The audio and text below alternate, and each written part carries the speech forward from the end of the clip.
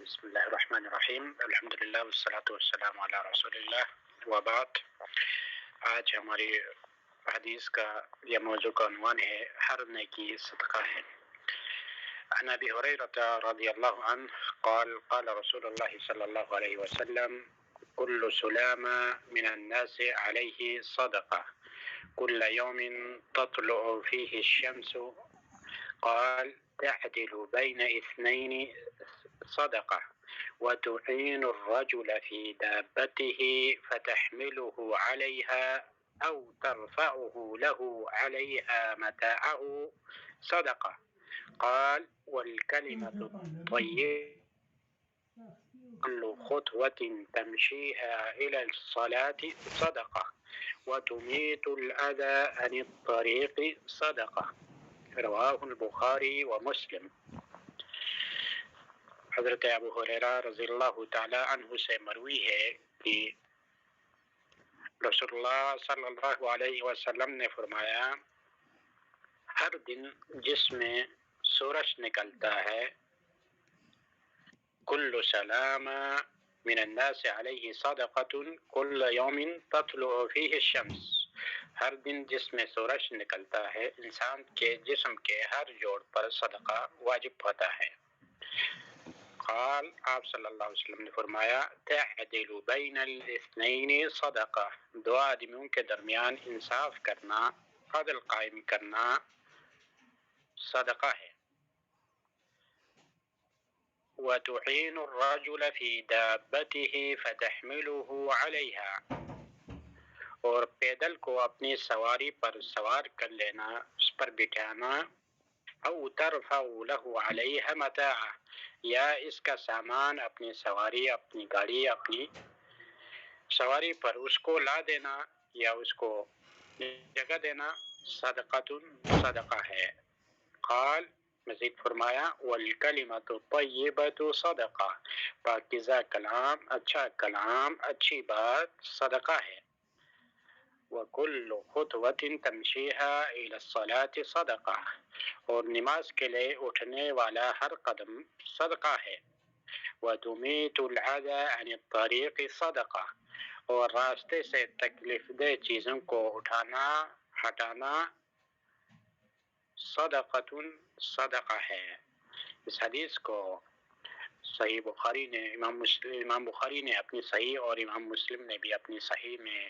روایت کی ہے، اور جس حدیث کو امام بخاری مسلم دونوں نے روایت کی ہو اس کو متفق علیہ کہا جاتا ہے۔ اس حدیث میں بہت ساری چیزیں بیان ہوئی ہیں، اس کے مختلف احکام اور فوائد بیان ہوا ہے۔ ان میں سے ایک یہ ہے کہ ہر صبح انسان کے بدن کے ہر جوڑ پر صدقہ واجب ہوتا ہے، اور پھر مختلف اعمال کے ذریعے ان جوڑ پر انسان کے جسم پر جو واجب صدقہ ہوتا ہے اس کی ادائیگی ہوتا ہے۔ جبکہ صحیح مسلم میں اسی حدیث میں ایک اور لفظ کے اضافے کے ساتھ یہ حدیث وارد ہوا ہے کہ چاش کی نماز کی 2 رکعت جسم کی تمام جوڑوں کی صدقے کے لیے، اس کی واجب کی ادائیگی کے لیے کافی ہے۔ یعنی اگر کوئی آدمی چاش کی 2 رکعت نماز پڑھ لے گا تو گویا اس نے اپنے جسم کی تمام جوڑوں کی صدقہ ادا کیا۔ اس حدیث میں یہ بھی واضح ہوتا ہے کہ ہمارے بدن کی جو ہڈیاں ہیں، جو جوڑ ہے، وہ اللہ تعالیٰ کی نعمت ہے، اور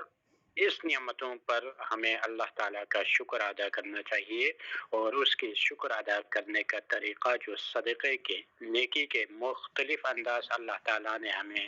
عنایت فرمایا ہے، ان کے ذریعے ہم اپنے جوڑ اور ہڈیوں اور جسم کا صدقہ ادا کر سکتے ہیں اور اس کا شکر ادا کر سکتے ہیں۔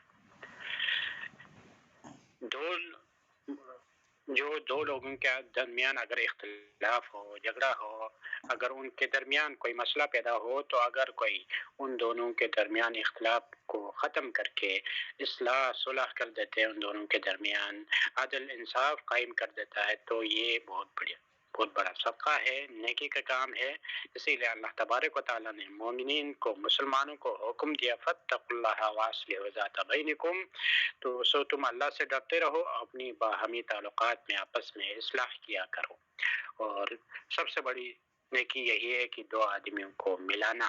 اسلام نے یہاں تک جائز قرار دیا ہے کہ اگر کسی دو آدمی کو ملانے کے لیے جھوٹ بولے تو اسے معافی دیے، جا کر کہے فلان آپ کی بہت زیادہ تعریف کر رہے ہیں، آپ کے بارے میں اچھی باتیں کر رہا ہے، دوسرے کو جا کے کہتے ہیں فلان نے تو کوئی شکایت نہیں کی، فلان نے آپ کے بارے میں اچھی سوچ ہے، یہ باتیں کی، آپ کی تعریف کر رہے تھے، تاکہ دو دل آپس میں مل جائے۔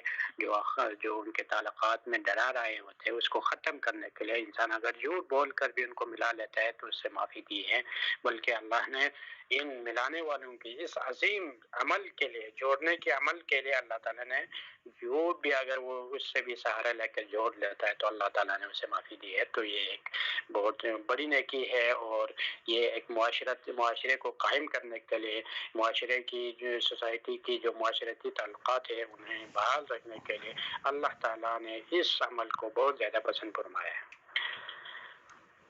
اصلاح کے لیے معاشرے میں، قوم قبیلے میں، اپنے خاندان میں ایک دوسرے کو جوڑنے کے لیے انسان کو چاہیے اپنی زبان کو بھی استعمال کرے، بیان کو بھی، اپنی مال و دولت، اپنی جاہ و حشمت ہوتی ہے، اپنا ایک مقام مرتبہ ہوتا ہے خاندان میں، علاقے میں، معاشرے میں، تو ان سب کو استعمال کر کے لوگوں کو جوڑنے کی اور اصلاح کرنے کی آپس میں کوشش کرے، اور یہی اس کا صدقہ ہے۔ اگر اس کا کوئی مقام ہے، لوگ اس کی بات سنتے ہیں تو اس کا صدقہ یہی ہے کہ وہ اپنی اس مقام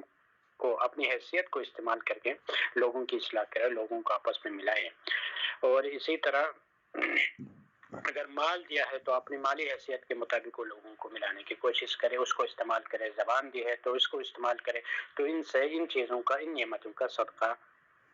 ادا ہو جاتا ہے۔ اور اللہ تعالیٰ اگر کوئی آدمی اس چیز کو لوگوں کی اصلاح کے لیے استعمال کرتا ہے تو اللہ تعالیٰ اسے برکت عطا فرماتا ہے۔ اس سے یہ بھی پتہ چلتا ہے کہ اگر کوئی مسلمان کسی آدمی کو اپنی سواری پر بٹھا لیتا ہے یا اس کے سامان کو اپنی گاڑی میں، اپنی سواری میں اٹھا لیتا ہے، رکھ لیتا ہے، تو یہ بھی صدقہ ہے، نیکی کا کام ہے۔ اور اگر راستے میں جاتے ہوئے کسی کو لفٹ دیتا ہے، اگر کسی مجبور کو، پیدل جانے والے کو، کسی مجبور کے لیے، کسی بیمار کے لیے اپنی گاڑی دے دیتے ہیں، بھائی آپ لے کر ہسپتال تک جائے۔ اگر کہیں کسی کو ضرورت پڑ گئی، کسی پڑوسی کو ضرورت ہے، کسی کی کوئی ضروری کام ہے تو انہیں آپ اپنا سائیکل بھی دے دیتے ہیں، موٹر یا گاڑی دے دیتے ہیں، بھائی اپنی ضروری کام کے لیے لے کر جاؤں، تو یہ بھی ایک بہت بڑا صدقہ ہے، نیکی کا کام ہے۔ اور یہ چھوٹی موٹی چیزیں نہیں ہیں، بلکہ اس کے لیے اللہ تعالیٰ کے رسول صلی اللہ علیہ وسلم نے خصوصی ان کی فضیلت بیان کی تاکہ معاشرے میں یہ چیزیں عام ہو، لوگوں کی مجبوریوں کا، پڑوسیوں کی حقوق کا، اپنے اہل و عیال، عزیز و اقارب، اور ایک معاشرے میں جہاں آپ رہتے ہیں اگر صاحب حیثیت ہے تو آپ کی صاحب حیثیت ہونے کا، آپ کے پاس گاڑی سواری ہونے سے معاشرہ بھی مستفید ہو، دوسرے کمزور لوگ بھی اس سے مستفید ہو۔ اس حدیث میں اللہ کے رسول صلی اللہ علیہ وسلم نے باہمی طور پر ایک دوسرے کی تعاون اور ایک دوسرے کی مدد کرنے کی فضا بنانے کی دعوت دی ہے، اور آپس میں حسن سلوک، بھائی چارگی کے معاملے کو فروغ دینے کی دعوت دی ہے۔ آگے اس حدیث میں یہ ہے پاکیزہ کلمہ بھی صدقہ ہے، یعنی ایک سچا بولنا، سچ بولنا، اور نیک کلام، اچھا کلام بھی صدقہ ہے۔ پاکیزہ کلام میں تسبیح، تمجید، تکبیر، تحلیل، اللہ کی طرف دعوت دینا، امر بالمعروف، نہی عن المنکر، درود، قرآن کی تلاوت، یا سبحان اللہ، استغفر اللہ، الحمدللہ، اور جو بھی نیکی کا کام ہو، جو بھی نیک بات ہو، اچھی بات ہو، وہ سب پاکیزہ کلام میں شامل ہے۔ اسی طرح کسی ضرورت مند کی حق میں سفارش کرنا، کہیں پر ضرورت پڑنے پر حق بات کی گواہی دینا، لوگوں کی اصلاح کے لیے محنت کرنا، اور اس کے ساتھ ساتھ ہی اچھی گفتگو کرنا، پاکیزہ عمدہ گفتگو کرنا بھی صدقے میں شامل ہے۔ اور اس حدیث میں یہ بھی بیان ہوا ہے کہ مسجد کی طرف اٹھنے والا ہر قدم صدقہ ہے، ہر قدم نیکی کا سبب ہے۔ بلکہ ایک حدیث میں آیا ہے کہ صبح شام جو شخص مسجد کی طرف جاتا ہے تو اس کے لیے اللہ تعالیٰ کی ضیافت کا سامان تیار کیا جاتا ہے، اور جب وہ صبح شام مسجد کی طرف کرتا ہے اللہ کی طرف سے اس کے لیے انعام اور اکرام تیار ہوتا ہے۔ اسی طرح رسول اللہ صلی اللہ علیہ وسلم نے فرمایا کہ میں تمہیں ایک ایسے عمل نامہ لاؤں جس سے اللہ تعالیٰ تمہاری خطاؤں کو، گناہوں کو مٹا دے، تمہاری درجات بلند کرے۔ صحابہ کرام نے فرمایا ضرور ہے اللہ کے رسول۔ آپ صلی اللہ علیہ وسلم نے فرمایا طبیعت پر شاخ گزرنے کے وقت مکمل وضو کرنا اور مسجدوں کی طرف زیادہ سے زیادہ قدم اٹھانا، زیادہ سے زیادہ مسجد کی طرف چلنا، اور ایک نماز کے بعد دوسری نماز کا مسجد میں انتظار کرنے رہنا۔ فرمایا ذالک الرباط فذالک الرباط، یہی رباط ہے، یہی رباط ہے۔ رباط کا مطلب یہ ہے اللہ کے راہ میں پہرا دینا، گویا مسجد میں انتظار کرنا، ایک نماز کے بعد دوسری نماز کا مسجد کی طرف بار بار جانا، قدم اٹھانا، یہ اللہ کے راستے میں چوکیداری کا کرنے کا مطلب ہے۔ اللہ کے راستے میں دشمن کے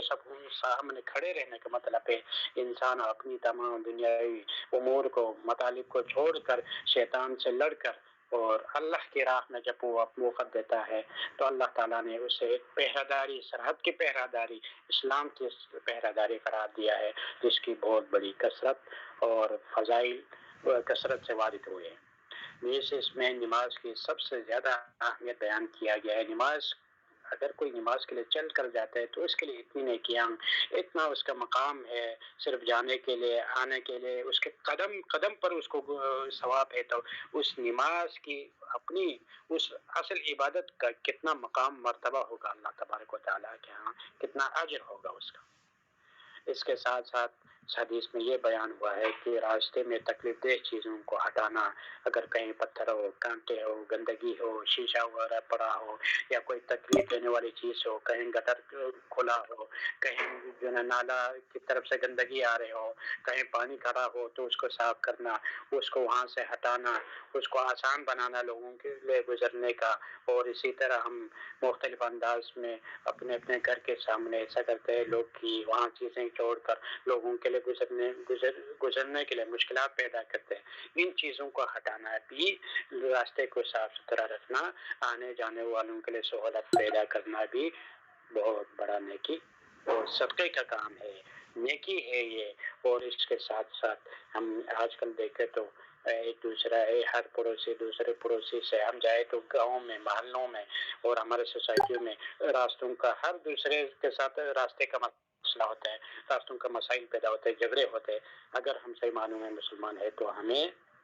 اپنی بھائیوں کے لیے راستہ دینا چاہیے۔ 2 گز، 2 فٹ کا راستہ ہے، کل قیامت کے دن یہی راستہ، یہی 2 فٹ زمین، یہی 1 گز زمین آپ کے لیے جنت کا راستہ بن کے جنت تک لے کر جائیں گے، اور یہی راستہ آپ کو جنت تک لے جانے کے سبب بنیں گے۔ اللہ تبارک و تعالیٰ سے دعا ہے، اللہ تبارک و تعالیٰ جو کچھ یہاں بیان ہوا ہے ہمیں اس پر عمل کرنے کی اور اس کو آگے پہنچانے کی، اور ہمیں معاشرے میں اصلاح کے لیے کام کرنے کی، اور ہمیں ہر طرح کی نیکیوں پر عمل کرنے کی، اور اپنے جسم کی، جوڑ کی، ہڈیوں کی، اللہ تعالیٰ کی طرف سے عطا کردہ تمام نعمتوں کا شکر ادا کرنے کی توفیق عطا فرمائے۔ اور جو کچھ یہاں پڑھا گیا، سنا گیا، ان سب پر ہمیں عمل کرنے اور آگے پہنچانے کی توفیق عطا فرمائے۔ وآخر دعوانا الحمدللہ رب العالمین۔